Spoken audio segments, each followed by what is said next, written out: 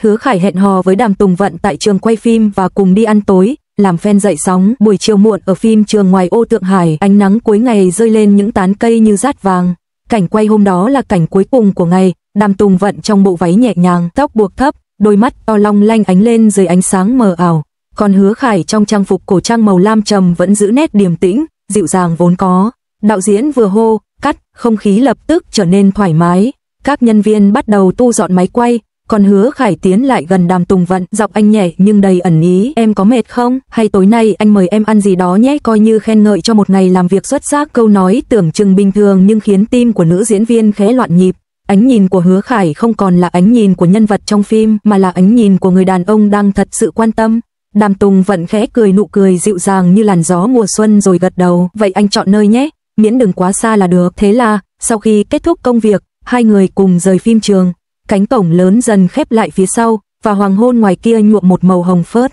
Một chiếc xe riêng đợi sẵn, cửa kính mờ khẽ kéo lên, che đi mọi ánh nhìn tò mò của paparazzi đang rình rập bên ngoài. Họ chọn một nhà hàng nhỏ nằm bên bờ sông Hoàng Phố, nơi ánh đèn vàng hát lên mặt nước lung linh. Không gian yên tĩnh, chỉ có tiếng đàn piano nhẹ nhàng vang lên giữa đêm. Đàm Tùng Vận ngồi đối diện, mái tóc buông nhẹ bên vai, khuôn mặt không cần trang điểm cầu kỳ vẫn rạng rỡ một cách tự nhiên. Hứa Khải nhìn cô, khóe môi khẽ nhếch lên, ánh mắt đầy trìu mến. Anh vẫn nhớ lần đầu tiên gặp em ở buổi thử vai, Hứa Khải khẽ nói, giọng trầm ấm. Khi ấy em cười, anh đã nghĩ nụ cười này chắc chắn sẽ khiến cả đoàn phim bị cuốn theo. Đàm Tùng Vận khẽ cười, ngón tay xoay nhẹ ly nước, ánh mắt nhìn ra ngoài cửa sổ nơi ánh đèn Paris hoa lệ in bóng xuống mặt sông. Anh nói quá rồi, khi đó em chỉ nghĩ làm sao để không quên lời thoại thôi. Hai người cùng cười, tiếng cười vang nhẹ như gió, không cần lời hoa mỹ, chỉ những câu nói giản dị cũng khiến bầu không khí trở nên ấm áp. Cả hai nói chuyện về phim, về những cảnh quay khó, rồi dần dần chuyển sang những câu chuyện riêng tư như thói quen buổi sáng, món ăn yêu thích, ước mơ nhỏ bé trong tương lai. Bữa tối kéo dài gần 2 tiếng, nhưng cả hai đều cảm thấy thời gian trôi nhanh lạ thường. Khi ra về, Hứa Khải chủ động mở cửa xe cho cô. Trước khi lên xe, anh khẽ nói, ngày mai vẫn còn cảnh quay sớm, nhưng anh mong lại có cơ hội ăn tối cùng em. Ánh mắt Đàm Tùng Vận lúc đó rực sáng như ánh sao, cô khẽ gật đầu, nụ cười mềm mại hiện lên trên môi. Khoảnh khắc ấy, không cần nói thêm điều gì, người ta vẫn cảm nhận được giữa họ đang có một thứ cảm xúc thật hơn cả kịch bản thứ mà máy quay nào cũng khó lòng nắm bắt, sự rung động. Ngày hôm sau, cả đoàn phim ngạc nhiên thấy Đàm Tùng Vận rạng rỡ hơn hẳn. Áo blau trắng của cô trong vai nữ chính được nắng sớm chiếu vào, phản chiếu ánh sáng dịu dàng. Hứa Khải người vốn ít nói cũng tươi cười hơn, thỉnh thoảng lại lén nhìn về phía cô giữa giờ nghỉ. Không ai nói gì, nhưng ai cũng biết có điều gì đó đã bắt đầu. Chỉ vài ngày sau, mạng xã hội bùng nổ với những bức ảnh vô tình được fan chụp tại nhà hàng ven sông, cảnh Hứa Khải kéo ghế cho Đàm Tùng Vận, ánh nhìn dịu dàng của anh, hay khoảnh khắc cô nghiêng đầu cười đều khiến cư dân mạng dậy sóng. Hashtag thăng Hứa Khải Đàm Tùng Vận đi tối leo thẳng top tìm kiếm Weibo, bình luận khắp nơi, trời ơi, họ đẹp đôi quá, ánh mắt đó không thể là bạn bè được đâu, nếu đây là thật, thì đúng là cặp đôi vàng của Cbiz rồi. Hứa Khải không phủ nhận, cũng không xác nhận, còn Đàm Tùng Vận khi được phóng viên hỏi chỉ cười, tôi nghĩ, ăn tối cùng đồng nghiệp là chuyện bình thường mà, nhưng nụ cười ấy lại khiến mọi người càng tin rằng, giữa họ thật sự có điều gì đặc biệt.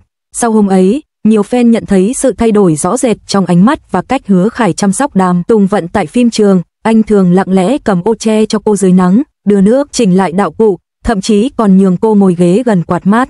Những hành động nhỏ nhưng chứa đựng sự quan tâm không lời, và Đàm Tùng Vận cũng đáp lại bằng ánh mắt trìu mến, bằng những nụ cười khẽ. Khi bộ phim hoàn thành, họ chụp cùng nhau một bức ảnh lưu niệm, trong đó Hứa Khải đứng hơi nghiêng, nhìn cô bằng ánh mắt dịu dàng như muốn nói, anh sẽ không để em đi đâu cả. Còn cô Đàm Tùng Vận vẫn giữ nụ cười ấy, nụ cười khiến hàng triệu trái tim tan chảy. Người ta nói rằng tình yêu đôi khi không cần bắt đầu bằng lời tỏ tình, mà chỉ cần một bữa tối giản dị, một ánh nhìn ấm áp giữa hai người. Và với Hứa Khải Đàm Tùng Vận, dường như chính buổi tối hôm đó, giữa ánh đèn vàng bên bờ sông, là khoảnh khắc tình yêu thật sự bắt đầu, nhẹ nhàng, tinh tế, nhưng đủ làm lay động cả thế giới người hâm mộ. Từ sau buổi tối ven sông, không khí giữa Hứa Khải và Đàm Tùng Vận tại trường quay như có điều gì đó thay đổi, không ai nói thẳng ra, nhưng từng ánh mắt, từng cử chỉ đều như một lời tỏ tình ngầm. Hứa Khải người vốn kín tiếng, ít chia sẻ này thường chủ động hỏi han Đàm Tùng Vận nhiều hơn. Trước mỗi cảnh quay, anh thường đến sớm vài phút, chờ cô bước ra từ phòng hóa trang.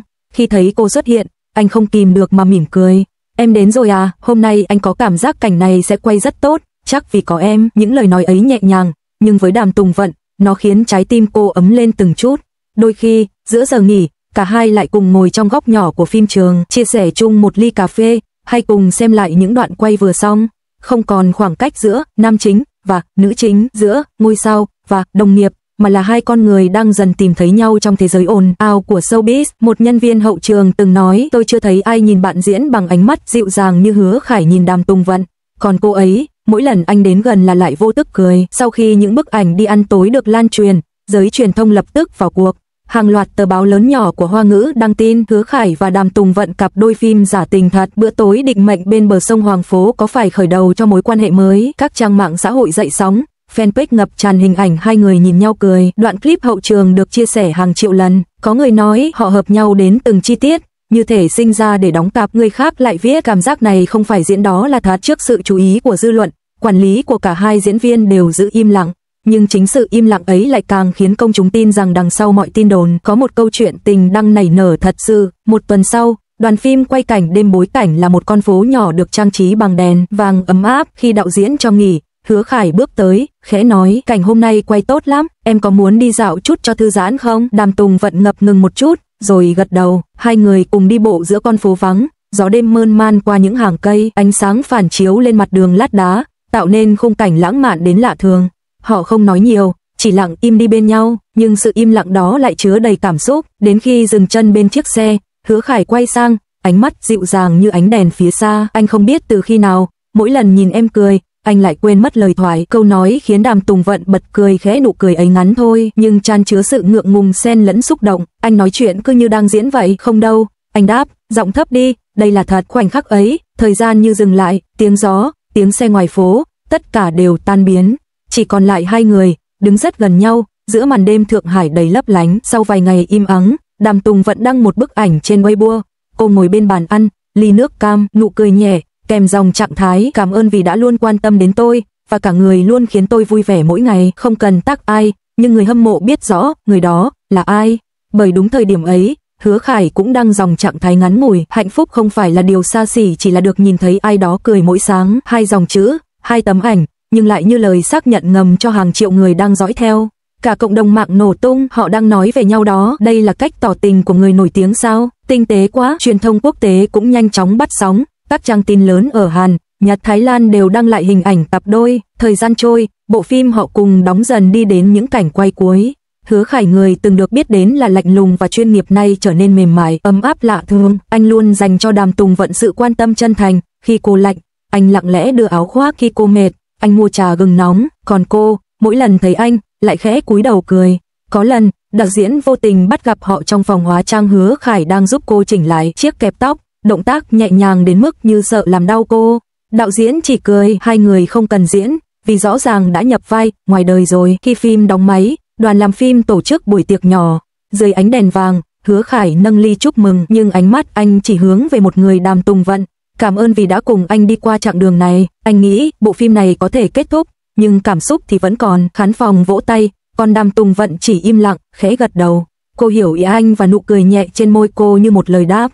Đêm hôm đó, khi mọi người ra về, Hứa Khải cùng Đàm Tùng Vận đứng lại trước cổng phim trường.